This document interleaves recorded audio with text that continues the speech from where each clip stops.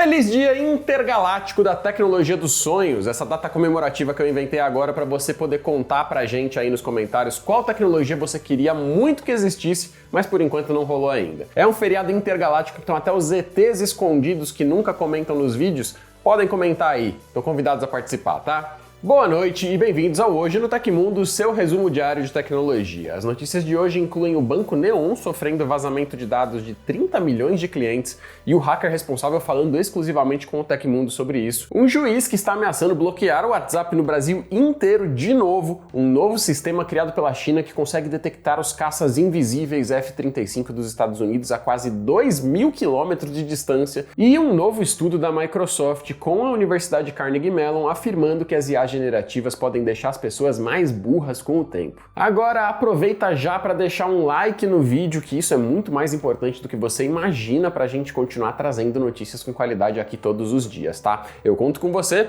então bora lá ficar atualizado.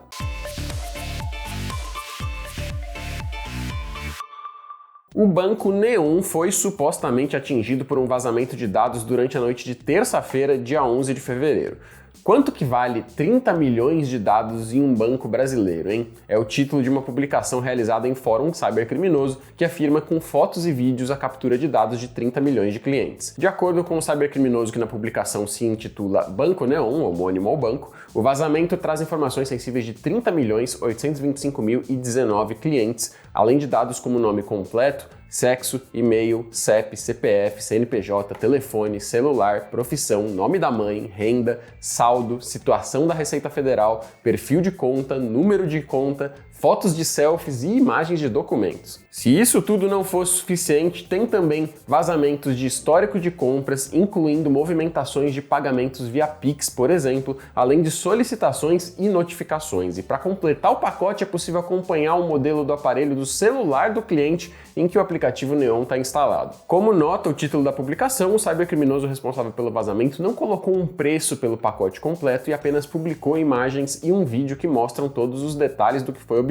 O Tecmundo entrou em contato com o Banco Neon, que respondeu: a Neon tomou conhecimento da cópia não autorizada de dados por parte dos seus clientes, os quais não permitem acessar as contas bancárias e tampouco realizar transações. Assim que tomou conhecimento do ocorrido, a Neon adotou as medidas necessárias para cessar quaisquer acessos indevidos e realizar a avaliação do cenário, a fim de possibilitar eventual comunicação das autoridades responsáveis e clientes que possam ter sido afetados. A Neon reforça sua preocupação com a segurança e proteção dos dados dos clientes, que são prioridades absolutas para a empresa. A empresa também comenta que não confirma o número de 30 milhões de clientes vazados, além de citar que já existe investigação em curso. Uma fonte anônima com conhecimento sobre os sistemas utilizados pelo Banco Neon, em contato com o Tecmundo, afirma a veracidade das imagens e confirma que se referem ao sistema de back-office da empresa. E então o nosso Felipe Paião conseguiu contato direto com o hacker responsável pelo vazamento, e ele se identificou pelo apelido Pegasus, afirmando ser um pesquisador de segurança. Embora ele não tenha revelado exatamente o mecanismo específico da invasão, ele revelou que a vulnerabilidade está relacionada a uma falha de domínio presente em quase todos os sites .br. O hacker afirma ter entrado em contato com o Neon antes de divulgar os dados e diz que o banco chegou a se comprometer a pagar 5 Bitcoin em troca de detalhes sobre a brecha, o que hoje equivale a aproximadamente 2,8 milhões de reais. Mas o banco não efetuou o pagamento dentro do prazo estipulado. Pegasus afirma que enviou 15 mil mensagens SMS aos clientes do Neon, avisando que tiveram seus dados vazados e montou um site onde podem conferir se as suas informações estão dentro do vazamento. A motivação desse projeto, segundo ele, é o reconhecimento que as empresas deveriam dar ao chamado Bug Bounty, mas muitas empresas brasileiras ainda preferem oferecer valores considerados pequenos pelo hacker em comparação com o impacto das brechas, isso quando não movem processos por extorsão e o tratam como cybercriminoso. De acordo com ele, falhas parecidas já foram encontradas em outras instituições e ele diz já ter feito acordos similares com outros bancos, mas não citou explicitamente quais, dizendo apenas estarem entre os 5 maiores do país. Nesses casos, o pagamento foi feito conforme combinado, as brechas foram corrigidas e nada foi divulgado. Vale notar que na última sexta-feira, dia 7 de fevereiro, foi anunciado que o Banco Neon atingiu o equilíbrio operacional, o conhecido break-even, quando a empresa zera o prejuízo e passa a dar lucro. Segundo o valor, o Neon chegou a 32 milhões de clientes e 6 bilhões de reais em carteira de crédito. Infelizmente, usuários de internet com dados vazados, ainda mais alguns dados tão sensíveis como esses, precisam seguir uma cartilha muito importante. Isso porque eles podem ser alvos de golpes diferentes que vão desde phishing direcionado até a abertura de contas laranja. Vale conferir a entrevista completa do Paião com o Hacker pelo link na descrição e comentário fixado. Quanto às medidas, primeiro desconfie de páginas e mensagens que chegam até você com ofertas, promoções e informações incríveis e, em caso de dúvida, seja proativo buscando canais oficiais. Mantenha um bom antivírus instalado no seu celular e computador, tenha um segundo fator de autenticação em todas as suas contas, se possível com app terceiro, sem SMS, mantenha seus apps e sistema operacional com a última atualização disponível, principalmente navegadores como Chrome, Edge, Firefox e outros. Acompanhe registros financeiros em seu nome pelo Registrato do Banco Central e se você tem alguma dúvida sobre qualquer link ou mensagem, peça ajuda para outra pessoa que entenda mais sobre a internet do que você. Um juiz do Tribunal de Justiça do Estado de Goiás ameaçou pedir o bloqueio do WhatsApp em todo o território nacional. O motivo é a recusa da Meta, dona do aplicativo, em cumprir uma decisão judicial envolvendo o mensageiro. A decisão é de Luiz Antônio Afonso Júnior, do gabinete do 2º Juizado Especial Civil e Criminal da Comarca de Catalão. A decisão envolve o caso do jornalista Abadio Moisés Filho, que perdeu acesso ao número do telefone vinculado ao WhatsApp Business e utilizava o serviço para atividades comerciais e profissionais. A suspensão foi feita sem explicação, ao menos de acordo com Abadio, que é dono de um blog de notícias na região. O juiz responsável deu 48 horas de prazo máximo para que a empresa restabeleça o acesso à conta telefônica do processo original. E esse prazo termina na tarde dessa quarta-feira, dia 12, vulgo hoje, ou seja, já vai ter acabado quando esse vídeo estiver no ar. Em caso de descumprimento, a companhia deve ser multada em R$3.000 diários, uma pena que chega a no máximo R$50.000. Além disso, em caso de novos descumprimentos, o valor pode mudar e ser acompanhado de medidas como a possibilidade de bloqueio de contas bancárias ou a suspensão temporária de atividades no país. Segundo o juiz, a companhia causou sérios impactos ao autor da ação,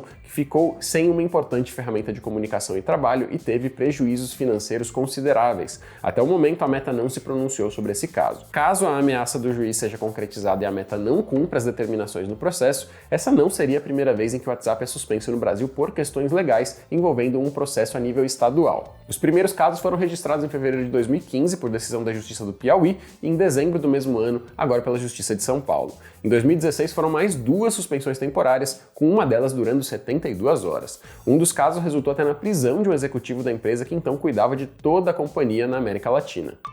Vamos para as ofertas e cupons de hoje que você consegue aproveitar pelos links na descrição, no comentário fixado e nos QR Codes aqui no vídeo. Usando os nossos links, você também ajuda a gente com uma pequena comissão sem custo extra para você, então todo mundo sai ganhando, tá? A primeira oferta é a Smart TV AOC Full HD de 40 polegadas com Roku TV por R$ 1.298. Tem também o climatizador de ar portátil Zelox de 8 litros por R$ 289. E encontramos o soundbar JBL Cinema SB 180 com 2.1 canais por R$ 949. No lado dos cupons, encontramos um que garante frete grátis no AliExpress, outro exclusivo de 15% de desconto na Alura e um com 22% de desconto na primeira compra na Avel. Aproveita enquanto dá, porque as ofertas são por tempo limitado. Cientistas chineses desenvolveram uma tecnologia que pode detectar aeronaves com capacidade de furtividade, incluindo os caças furtivos F-35 dos Estados Unidos, a quase 2.000 km de distância, como revelou o South China Morning Post. A solução, testada em simulações de combates sobre Taiwan, traz avanços em relação ao radar. Desenvolvido por pesquisadores do Instituto de Ótica, Mecânica Fina e Física de Changchun, o sistema funciona acoplado a drones do tipo dirigível que pairam no ar a 20 km de altitude ou mais. Esse sistema analisa assinaturas infravermelhas de jatos de combate como o modelo de última geração da Força Aérea Americana. Assim, a tecnologia identificou que o revestimento de absorção de radar e o exterior da aeronave resfriaram a uma média de 7,85 graus Celsius, permitindo a escapar dos métodos tradicionais de detecção. Já a coluna de exaustão do motor alcançou uma temperatura muito maior e emitiu radiação infravermelha de onda média 3 vezes maior do que a fuselagem. Então, usando uma combinação de detectores de mercúrio, cádmio, telureto e telescópios de 300 mm de abertura acoplados ao drone dirigível não tripulado, eles identificaram a assinatura térmica traseira de um F-35 a mais de 1.800 km de distância. Segundo os responsáveis pelo sistema, ele funciona melhor se a aeronave for vista de lado ou por trás pela tecnologia quando faz a detecção na maior distância. Já com o caça F-35 visto pela frente, a detecção se limita a 350 km por causa do perfil de calor frontal menor nessa direção. A pesquisa também sugere que constelações de drones drones dirigíveis poderiam eliminar pontos cegos e aumentar o alcance da detecção. Outra possibilidade seria o uso de frotas maiores formadas por drones menores para vigiar áreas vitais do espaço aéreo chinês. Por outro lado, o instituto que trabalha para o Programa Espacial e de Mísseis da China comentou que o sistema possui alguns problemas, como a utilização de aeronaves lentas e enormes. Tais características facilitam sua identificação, tornando-as alvos fáceis. É importante ressaltar que o mecanismo de detecção dos caças F-35 americanos, desenvolvido pela China, foi testado apenas em combates simulados. Caso ele realmente funcione em situações reais, os pesquisadores podem ter descoberto uma grande vulnerabilidade nos jatos militares dos Estados Unidos.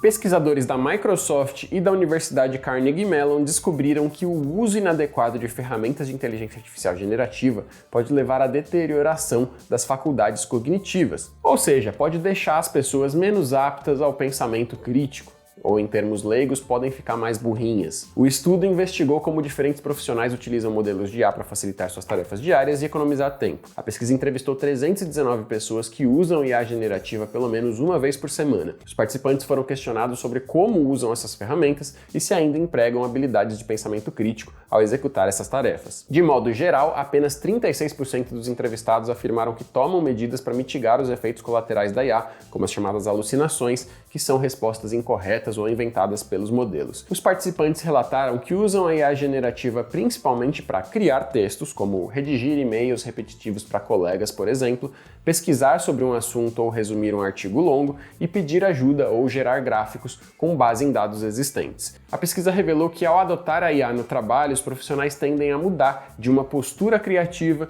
para uma postura de revisão. Ou seja, em vez de gerar conteúdo ou analisar dados ativamente, passam apenas a verificar o que a IA produziu, sem necessariamente exercitar criatividade, avaliação ou análise aprofundada. Os dados mostram uma mudança no esforço cognitivo, à medida que os trabalhadores passam da execução para a supervisão ao usar a IA generativa, pontua o estudo. Outro ponto crítico identificado foi falta de diversidade nos resultados gerados por usuários que dependem da IA, quando comparados aos que realizam as mesmas tarefas sem a ferramenta. Essa tendência à convergência de respostas reflete a ausência de julgamento contextualizado e pessoal do usuário. O estudo reconhece que a IA generativa aumenta a eficiência no trabalho, mas também reduz o engajamento crítico, especialmente em tarefas rotineiras e de baixo custo. Mas se a postura se torna um hábito, o trabalhador pode perder oportunidades de exercitar a tomada de decisão e análise crítica, enfraquecendo sua capacidade cognitiva. A longo prazo, isso pode levar à atrofia do pensamento crítico e a uma dependência excessiva da IA. Para evitar esse efeito negativo, os pesquisadores recomendam que as ferramentas de IA para o ambiente de trabalho sejam projetadas para estimular o pensamento crítico, incentivando a participação ativa dos usuários em suas decisões e análises. Os pontos soam válidos, mas eu também acho importante ressaltar que esse estudo não fez um acompanhamento e análises de longo prazo de pessoas antes, durante e depois de meses ou anos usando a IA generativa, e muito menos fez um acompanhamento de controle com pessoas que não usaram a tecnologia no mesmo tempo para ter uma base de comparação. Ou seja, por enquanto, para mim, isso tudo soa mais como uma especulação nas mesmas linhas de coisas que eu ouvia quando era criança, como ver muita TV vai acabar com a sua criatividade, ou jogar muito videogame vai te tornar mais violento. Exercitar seu pensamento crítico é sempre bom, mas não precisa ficar neurótico com isso também, tá? Pelo menos enquanto estudos mais certeiros não determinem algo nesse sentido. Aconteceu na história da tecnologia. No dia 12 de fevereiro de 2001, a sonda Near Shoemaker pousou na região chamada de Sela do asteroide 4330, se tornando a primeira espaçonave humana a pousar em um asteroide. Você já deixou um like e um comentário no vídeo? Se não fez isso ainda, por favor faça, porque isso ajuda a gente muito, tá? De verdade, não dá para enfatizar o suficiente como isso é importante para a gente conseguir continuar trabalhando aqui e trazendo conteúdo de qualidade todos os dias. Eu agradeço demais pelo apoio, como eu falo todos os dias, e mais ainda para quem mandar valeu demais pelo botãozinho de coração aí do YouTube, tá? E não esquece de me mandar sua tecnologia dos sonhos aí também, tá? Eu expliquei lá no começo do episódio. E essas foram as notícias do Hoje no Tecmundo dessa quarta-feira. O programa vai ao ar de segunda a sexta, exceto feriados, no finalzinho do dia. Aqui quem fala é o Léo Rocha, você me encontra no @LeoBRJ nas redes sociais. Eu vou ficando nessa, um abraço e eu vejo você na próxima!